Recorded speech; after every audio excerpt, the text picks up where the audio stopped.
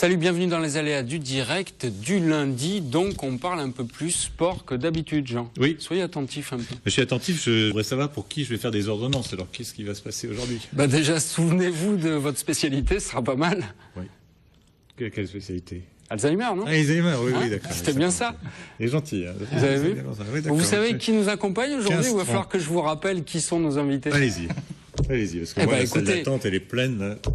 Puisqu'on parlait foot tout à l'heure, on va continuer avec du football, mais plus à notre niveau, plus proche de nous, avec le FC Castelnau-le-Cresse, avec son président Serge Guizepin. Bonsoir. Bonsoir. Et puis avec un ancien pro, mais qu'on connaît de longue date, puisque vous savez pas tout, vous. Il avait des cheveux à l'époque.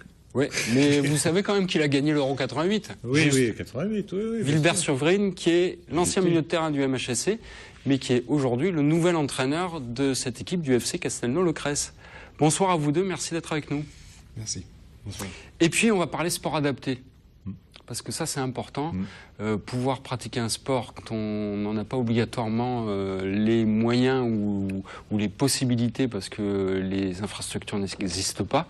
Et bien là, le Montpellier Athlétique Agglomération Athlétique Méditerranée. Voilà, Athlétique Méditerranée a ouvert une section spécifique et avec nous, il y aura Stéphane Thénault et Thierry Bazin pour en parler. Merci d'être là. Vous savez qu'il y a quelque temps, on a fait une émission spéciale avec le préfet Parisot sur une opération qui s'appelle Comme tout le monde et qui était déjà pas mal axée sur justement la pratique du sport. Donc c'est pour ça qu'on est ravis de vous recevoir. En ce moment même. Et qui continue à se dérouler en ce moment même. Donc on sera ravis de continuer à discuter de tout ça. Mais d'abord, si vous voulez bien, on va parler foot avec Serge Guizepin et Wilbert-Survrine. Alors, le FC Castelnau-le-Cresse, c'est vrai que c'est un club qu'on connaît moins, effectivement, que le Montpellier Hérault, le Nîmes Olympique. Aujourd'hui, votre équipe, elle joue en national moins de 17 ans.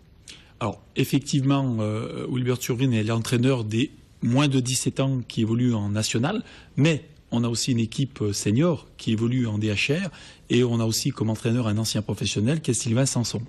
Donc on a de la compétence au club. Pour présenter notre club très sommairement et très rapidement, c'est quasiment le plus grand ou un des 3 plus grands clubs en nombre de licenciés dans le Languedoc-Roussillon. C'est un club qui s'illustre toutes les années en termes de trophées et qui encore la saison dernière a eu le 2e prix concernant la formation. Donc nos spécificités est vraiment de former des joueurs et on a un partenariat avec Montpellier Hérault pour fournir aussi un certain nombre de pépites. Et au niveau des seniors, on a un petit peu plus de mal parce que nos budgets ne nous permettent pas de venir titiller la CFA ou les nationaux au niveau des seniors. Bon là, on va dire à la trêve des confiseurs, il a fallu prendre des décisions parce que vraiment il y avait des difficultés avec cette équipe-là. Et oui, on est confronté pratiquement au même problème que les clubs professionnels, où parfois le président est obligé de prendre des décisions utiles. On a mal démarré notre saison, on a mal appréhendé cet échelon, qui est un échelon très difficile, puisque dans notre poule, on joue pratiquement que contre des centres de formation. Et il a fallu prendre la décision de changer d'entraîneur pour casser un petit peu la spirale de la défaite. Et nous sommes ravis de ce choix, puisque on avait une victoire en 11 matchs au mois de décembre. Et les 5 matchs qu'on suivi, nous avons la chance d'avoir 2 victoires, un match nul et 2 défaites. Et les 2 défaites ont été contre le 2e et 4e du championnat. Oui, plutôt normal, on va dire. Donc tout à fait logique, contre des équipes qui nous étaient supérieures. Mais le reste, vraiment, on a fait quelque chose de très bien et puis on a plein d'espoir pour finir. Coup de gueule, le président, là, c'était les nerfs? Non, pas du tout. On change d'entraîneur? Non, pas du tout. C'est qu'à un moment, je crois qu'il faut assumer. Non, même dans ce stade-là, quoi. Il faut assumer, il faut regarder, il ne faut pas le faire d'une manière, ce que j'appellerais électrique, mais plutôt pondérée. Et puis la trêve des confiseurs était un bon moment pour changer le braquet. Joli. Wilbert, vous, entre-temps, depuis la fin de votre carrière de footballeur, notamment au Montpellier Hérault, je vous avais croisé, vous aidiez Louis Nicolin dans son recrutement vers les Pays-Bas, il me semble. Bon, depuis que j'ai arrêté le foot, j'ai fait plusieurs choses très différentes dans ma vie. Entre autres, j'ai travaillé comme agent de joueurs et à mon autre, j'ai collaboré avec Montpellier Hérault pour surveiller des joueurs dans le nord d'Europe, Pays-Bas, Belgique, Allemagne. Voilà, mais depuis quelques années, j'ai abandonné ces activités, entre autres pour m'occuper de mes enfants, entre autres ma fille. Et d'une jeune fille qui est presque aussi bonne que vous au foot, mais elle au tennis. Oui, elle joue au tennis très sérieusement, avec des ambitions de rentrer dans le monde professionnel. Et voilà, pour cette raison-là, j'ai abandonné un petit peu les activités dans le foot. Et depuis janvier cette année, à la demande de mon ami Serge, j'ai remis mes pieds dans le foot jusqu'à présent avec beaucoup de plaisir, parce que j'ai rencontré une équipe des jeunes qui pleine d'énergie, qui sont pleine de volonté, avec des résultats mitigés. On doit faire mieux, mais je suis confiant pour les 8 matchs qui nous restent à faire encore. Ce week-end, face à Rodez, vous avez fait un partout. C'est vrai que vous auriez pu espérer mieux, mais finalement, si on regarde, puisque le chemin est un peu similaire à celui du Montpellier Hérault ou celui de Nîmes Olympique, les choses se font pas d'un seul coup. Il faut aussi quand même avoir le temps de poser les bases, de reprendre confiance, non ? Le problème, c'est comme vous dites, c'est le temps. Il ne nous reste pas beaucoup de temps. Alors, on parle d'une opération commando, c'est-à-dire il ne reste pas beaucoup de matchs. Presque chaque week-end, c'est un match de coupe. Ce qui est très intéressant aussi, ça met du pression, mais une bonne pression. Par contre, on essaie de combiner ça un petit peu avec le plaisir, parce que on part quand même sur le principe, le sport, c'est un plaisir pour pratiquer et pour regarder. Il faut que ce soit amusant et on joue pour gagner, ça c'est notre slogan. Et encore une fois, avec des résultats un petit peu mitigés, mais je crois qu'on a pris le bon chemin et je suis très confiant pour la suite. C'est important, ça, ce que vient de dire Wilbert Souverine, faire du sport pour le plaisir, ça doit rester quand même le principal moteur. C'est ce que vous pensez aussi ? Pour le plaisir, pour certains, c'est un besoin. Un besoin ? C'est un besoin. Pour certains, à haute dose, ça devient une drogue. Oui, mais donc, dans votre cas à vous, dans le cas du Montpellier Athlétique, l'idée c'était quand même de procurer la possibilité de faire du sport à des gens qui ne l'avaient pas. Je pense que c'est incompatible. C'est pas possible de faire du sport à haut niveau si on n'a pas du plaisir dans ce qu'on fait. Il y a un moment où on va saturer dans l'entraînement et dans la mentale. Il faut absolument garder du plaisir. Et je pense que ça peut être le problème des sportifs de haut niveau, c'est le surentraînement et d'arriver à un moment où ils n'ont plus envie de s'entraîner, où le corps ne suit plus. Donc il faut vraiment garder le plaisir. Ça, je pense que c'est essentiel. Oui. Dans l'athlétisme, encore plus peut-être. C'est ça qui vous a conduit, c'est essayer d'amener des gens à reprendre plaisir à faire du sport qui vous a conduit à ouvrir donc cette section sport adapté ?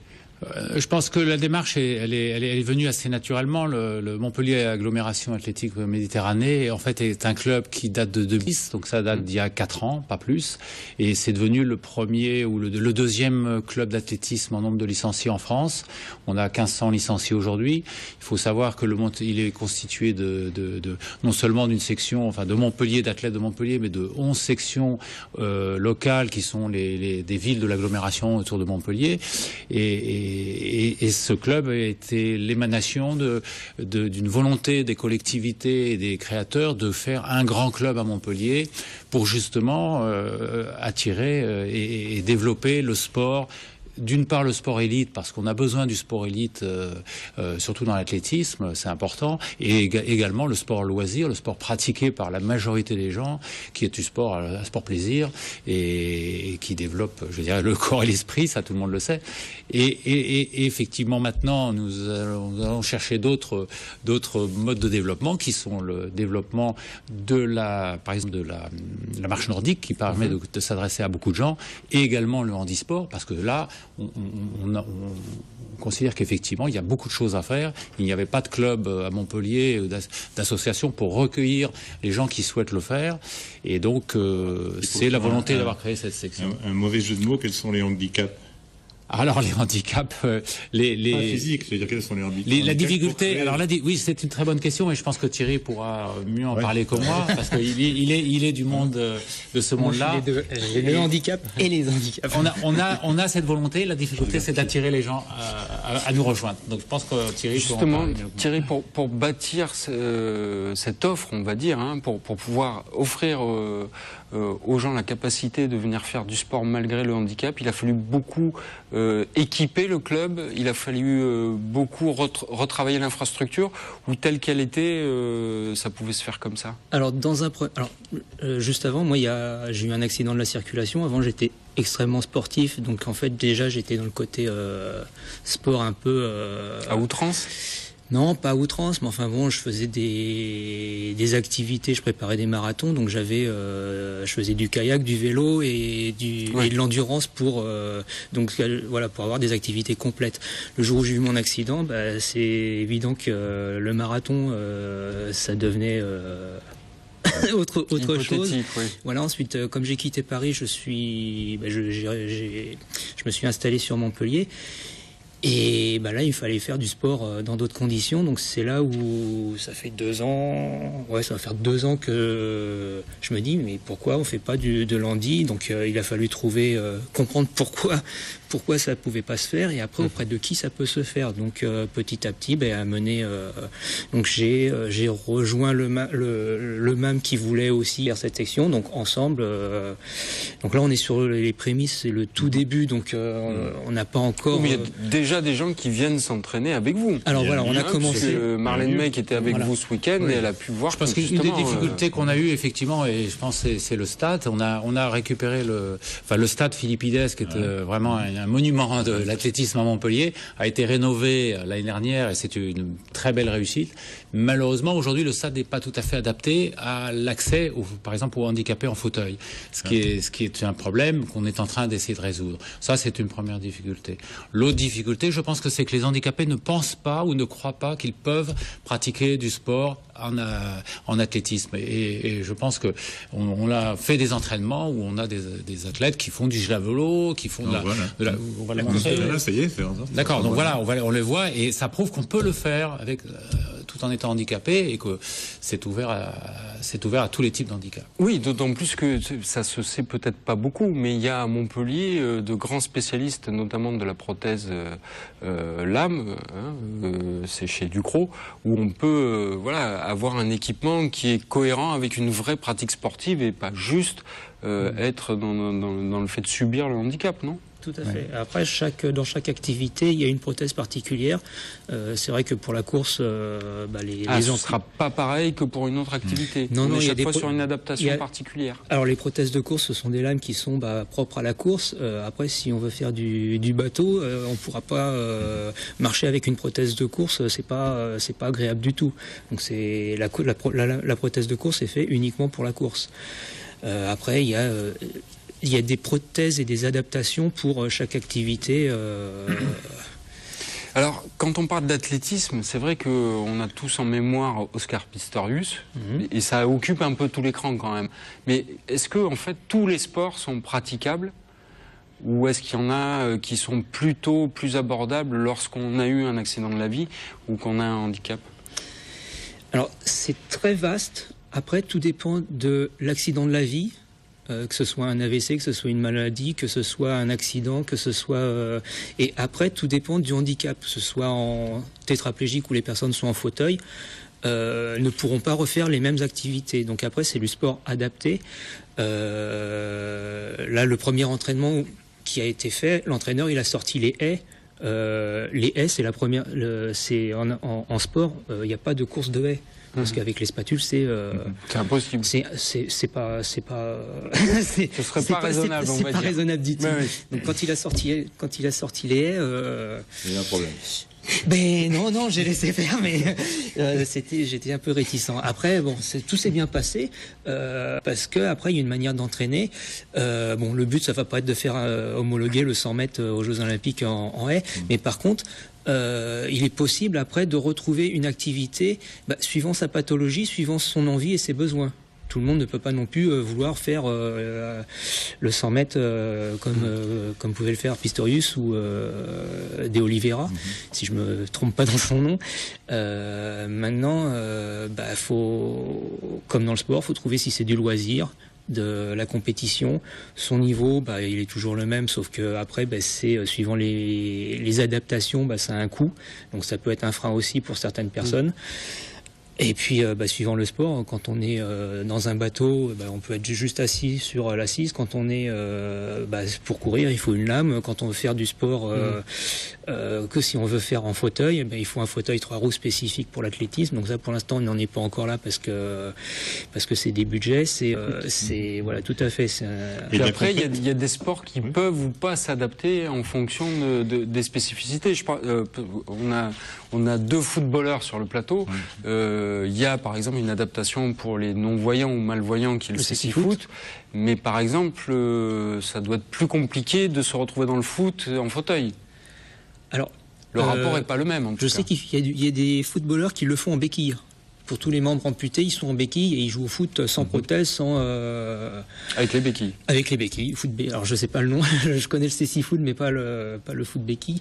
Après, je sais qu'il y a des activités comme le kayak, où eux, ils ont eu, tout ce qui est navigation... La première chose, pour pouvoir faire du sport, il faut pouvoir valider qu'on puisse nager 25 ou 50 mètres.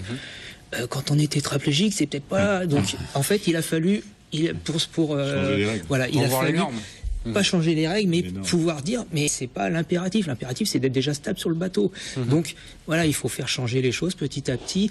Après, donc, ça dépend du sport, où il y a besoin d'aménagement, de calage ou rien. Il y a les personnes qui se sentent mieux sans prothèse et donc libre à chacun. Peuvent faire comme ça. Compétition, vous en organisez déjà ou pas? Alors pour l'instant, on vient faire le 3e entraînement. Alors, justement, Stéphane, là, on en est où? On est sur un partage de la piste, on va dire, ou sur une occupation conjointe? Non, c'est un peu difficile de faire une occupation conjointe parce que quand vous avez des fondeurs ou des sprinteurs qui font des 100 mètres en 12 secondes, on peut pas partager la piste, c'est difficile. Ou quand on a 200 enfants qui s'entraînent, on est obligé de faire des entraînements spécifiques. On en fait un le samedi matin à 10h où le stade est libre d'occupation pour justement se consacrer au mieux et éviter qu'il y ait des risques de problèmes entre les athlètes. Donc on préfère faire des entraînements spécifiques.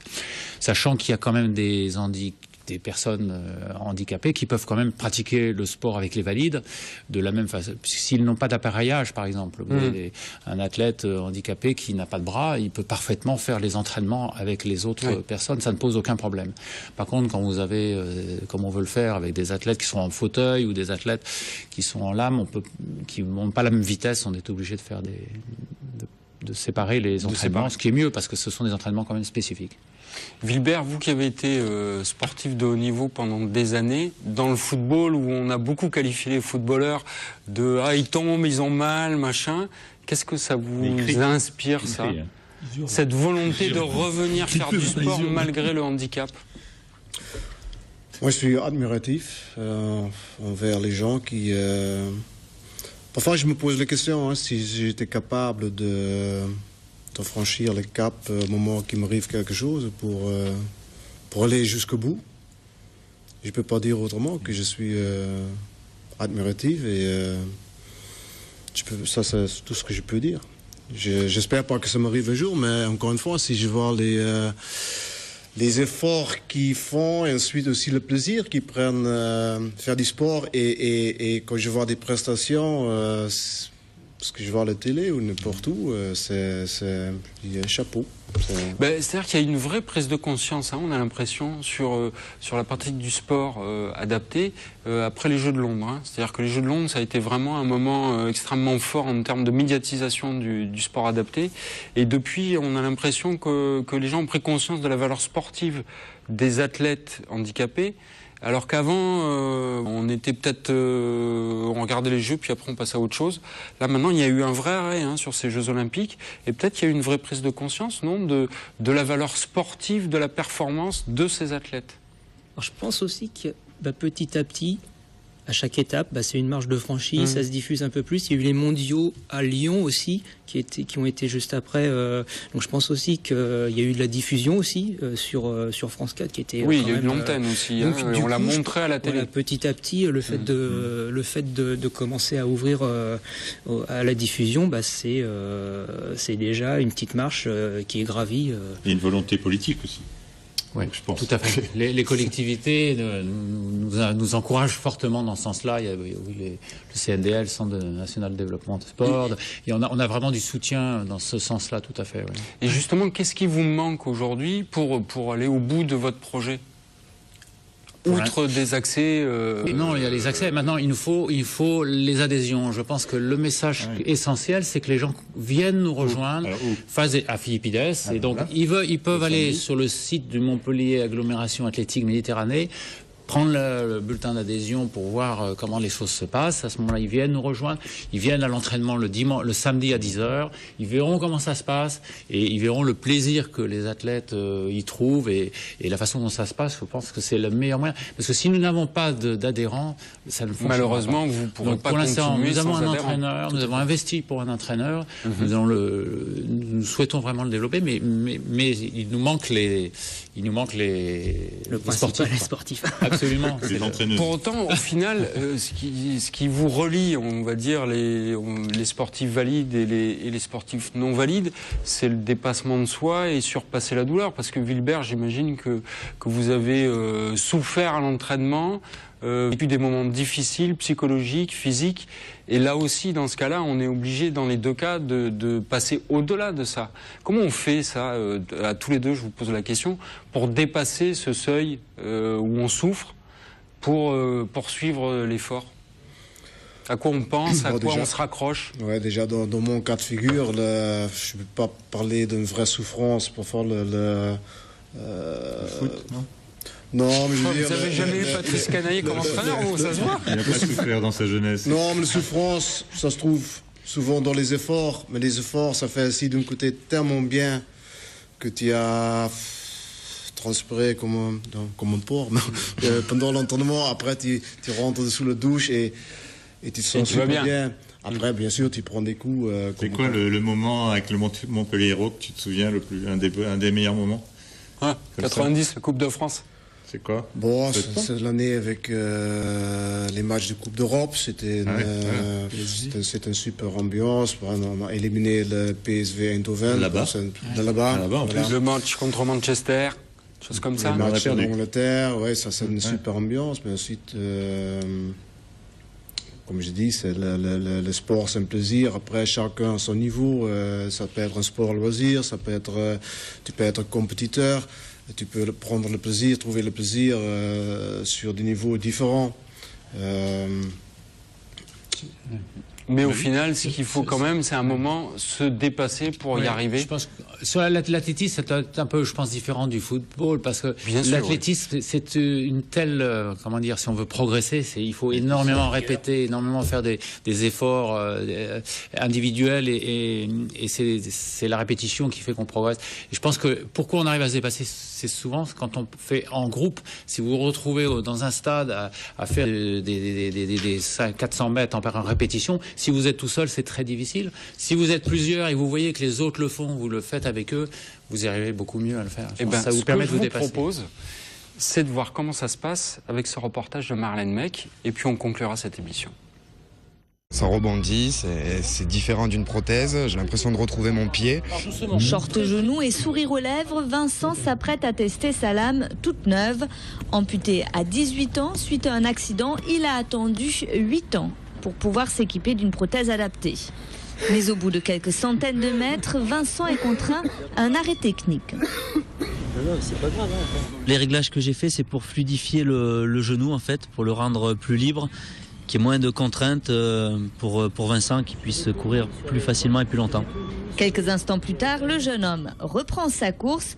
Il finira ce premier tour de piste essoufflé. C'est la reprise. Je suis mort. En même temps, ça fait du bien, non? Ça fait du bien, ouais, de retrouver les sensations. Faut s'entraîner maintenant, le souffle. Comme Vincent, ils sont actuellement une dizaine amputés, équipés d'un appareillage adapté au sport sur le bassin montpelliérain. 4 ont pour l'instant franchi les grilles du stade Philippides et se sont inscrits à la section handisport toute récente du club d'athlétisme de Montpellier. Pour les encadrer au mieux, Sofiane a entamé une spécialisation. Première leçon, pas de régime de faveur. Et le but, il est, une fois qu'on a commencé l'enchaînement, de ne plus toucher le sol. La consigne générale, c'est pas de différence, simplement de l'adaptation. La difficulté pour eux, elle est là, elle est que c'est nouveau. elle vient moins du fait que c'est nouveau pour eux de pratiquer ce sport que de par leur handicap. Rien ne vaut donc l'entraînement dont les effets pour cette section vont bien au-delà de la piste ocre. Le fait, par exemple, de savoir courir, forcément, on sait mieux marcher après.